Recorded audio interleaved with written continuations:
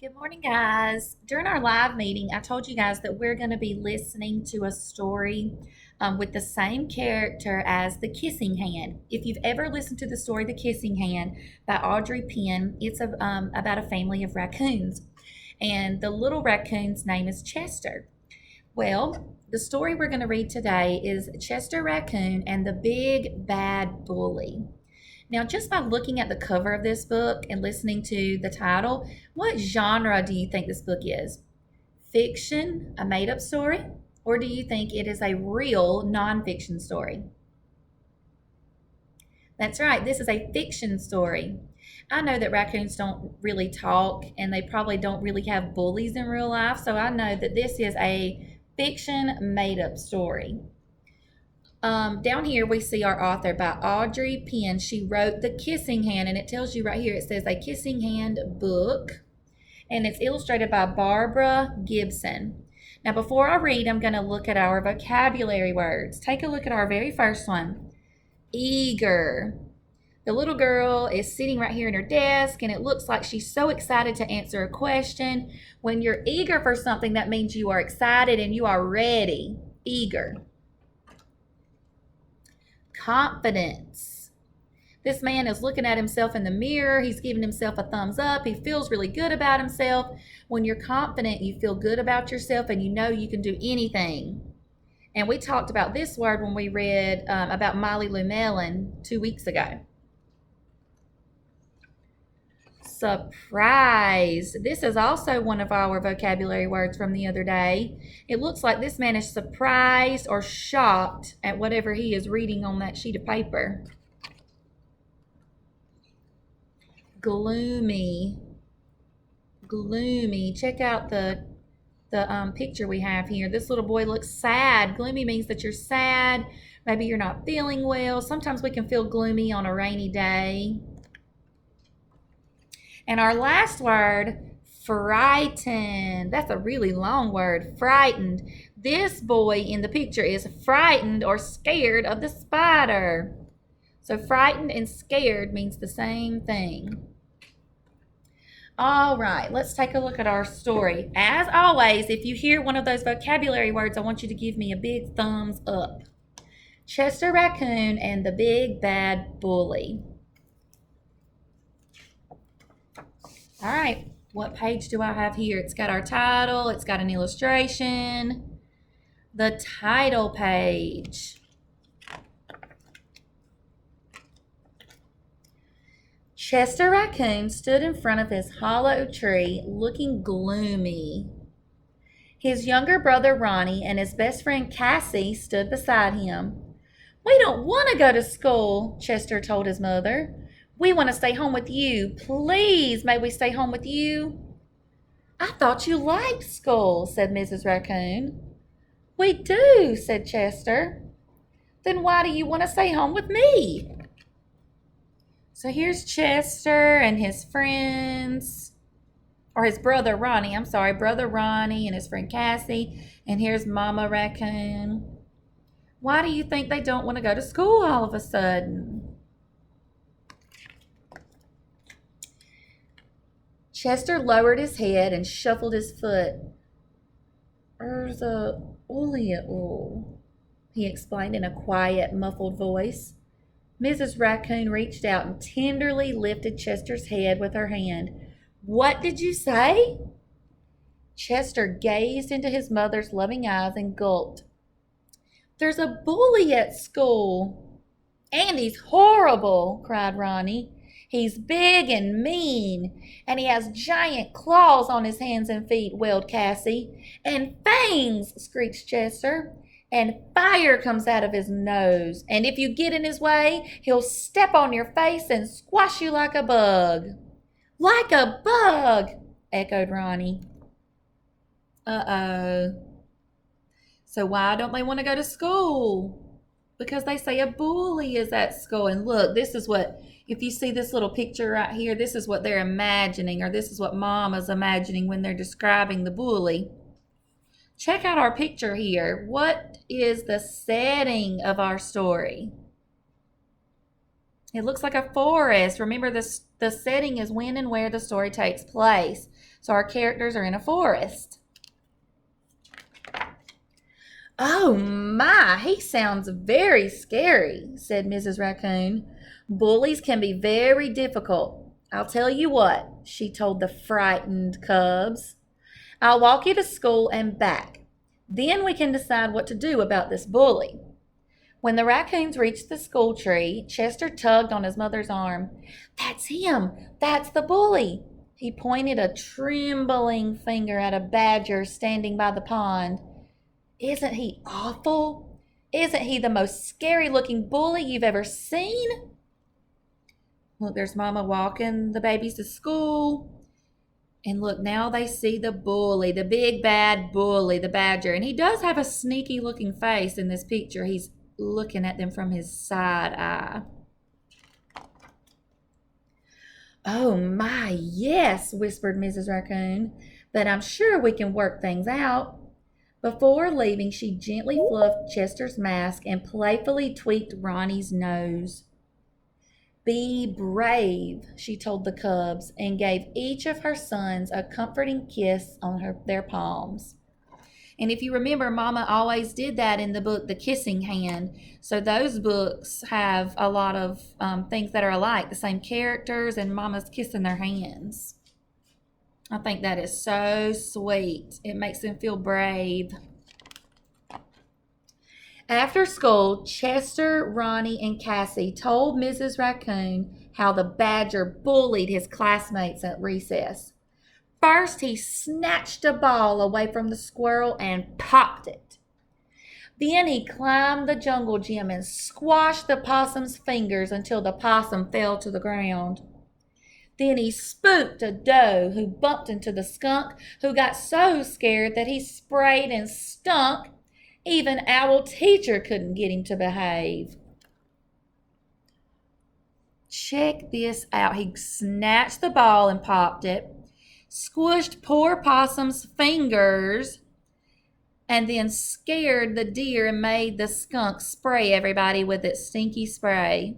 Have you ever met someone, maybe on a playground or in your classroom, or maybe just somewhere you've been around other kids and you've had a bully? They're bucket dippers. Remember our story about bucket dipping and bucket filling? This badger is a bucket dipper. Sometimes animals are bullies because they don't know any other way to be, explained Mrs. Raccoon. But I think there's a way you can change things. Go get your friends and bring them to our tree. I want to share a story. A few minutes later, a crowd of eager young forest animals stood at the base of Chester's treehouse, and Mrs. Raccoon began her tale. And in this page, you can see, I think the badger threw an acorn and hit the teacher in the head. If he were at a real school like ours, he would go to the principal. And there's all the eager animals. The eager animals are ready and excited to listen to Mrs. Raccoon's story. Once, a long time ago, there was a secret forest sprinkled in yellow stones. The yellow stones were round and polished, big and little, and smooth enough to hold. Everyone in the forest collected and treasured them. Look at all the smooth, round, yellow stones. Everybody wanted to hold them. One day, an animal found a blue stone. It was very exciting since no animal had ever seen a blue stone. But the blue stone was rough and dull, without any polish or shine. It had sharp, prickly points sticking out of it, making it very hard to hold. Careful not to hurt their paws, the animals carried the stone to the center of the forest and placed it atop a tree stump where everyone could see it.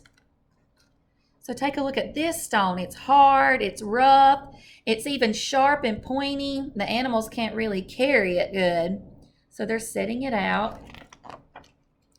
Perhaps the stone is blue because it popped out of the ground too soon, suggested a fox.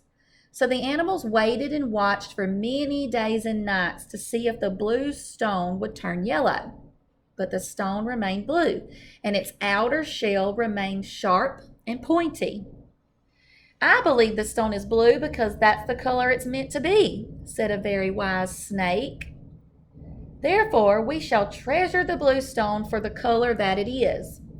But if we want to hold the stone as we do our yellow stones, we'll have to work together to smooth its outer shell.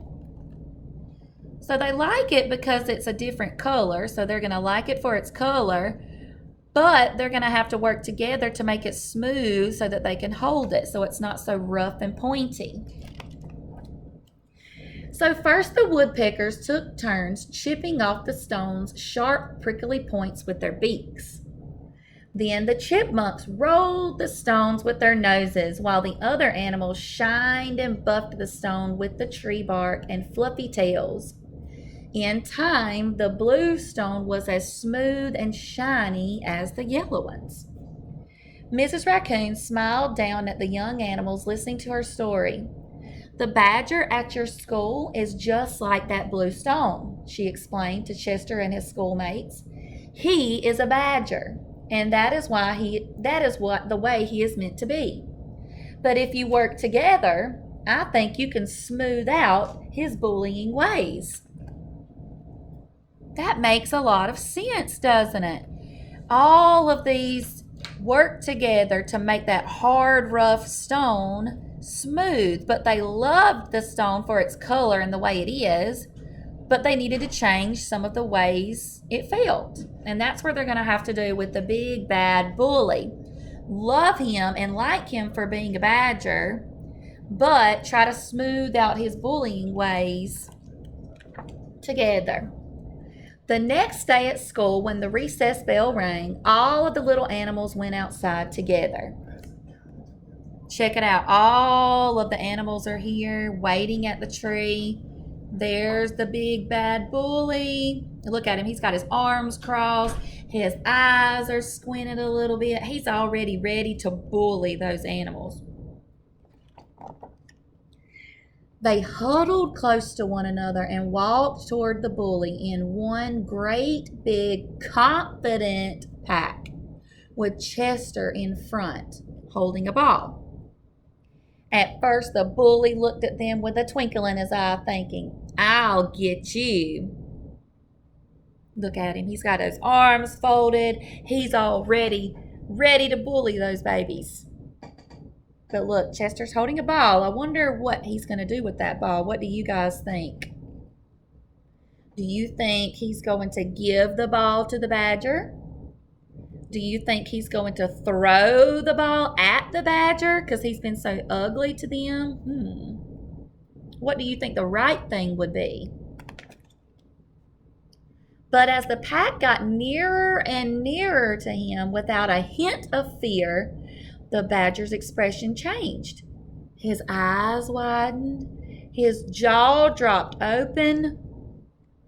His knees grew weak and wobbly. Suddenly, it was the bully who was scared. Take a look at his face. He began to whimper and squeal, and he thought, they're coming to get me. But there was nowhere to run. He just stood there, and his back up against the tree as his schoolmates drew closer and closer and closer. So now the tables have turned. Now they've all gathered together with lots of confidence, and they showed him how confident they were, and they weren't scared. And now he's the one that's scared. Finally, Chester was nose to nose with the trembling badger. He narrowed his eyes and looked as serious as his little furry face would allow. Then, without hesitation, he held up the ball, looked straight into the bully's eyes, and asked, "Want to play?" "Huh?" The surprised bully stopped shaking. He looked at his classmates, who were laughing and offering friendship. "You want to play with me?" He squealed with delight. He gently took the ball out of Chester's hands. "Okay," he told them, "I'll play." So, in one short moment, the badger softened and the bully became a friend. The badger didn't need to bully anyone ever again. Look at Chester. He's looking pretty serious. He's had enough of the bullying. And look, the badger looks very surprised. All they want to do is play with him. They offered him friendship. Chester glanced toward the wooded path and saw his mother watching and smiling. She placed a kiss on her palm and showed it to her son. Chester did the same and then joined in the fun. Check it out. Now the badger's in the middle of all of his classmates smiling. I love this book so much because it teaches us a lesson. A lot of times our stories that we read teach us lessons. What is the lesson that we can learn from this story? Maybe how to treat one another. Even though someone is being really ugly to you and being just a terrible friend or being a bully like the badger was in this story, we can think about that blue stone. We can like the stone for who it is or for what it looks like, but maybe we don't like some of the things that it does, like the bully. He was mean. He was ugly to the other animals. But with help from a large group of friends, the animals were able to smooth him out. They offered to play with him. I want us to think about that as we encounter people in our own lives. I have encountered bullies in my own life, and I never thought about being a friend to them. Maybe the bully just needs a friend. Sometimes we can offer our friendship in kind words, and that helps with bullies. But another good way to deal with bullies is just like Chester and his brothers did, is to go to an adult. They went to Chester's mom, and mom helped them figure out a solution to their problem. Anytime someone is bullying you, just like the bully in our story, always first go to an adult. It can be a parent, an aunt, an uncle, a teacher, an adult that you look up to, and they can give you the best advice. I think Chester's mom gave him some pretty good advice. What do you guys think?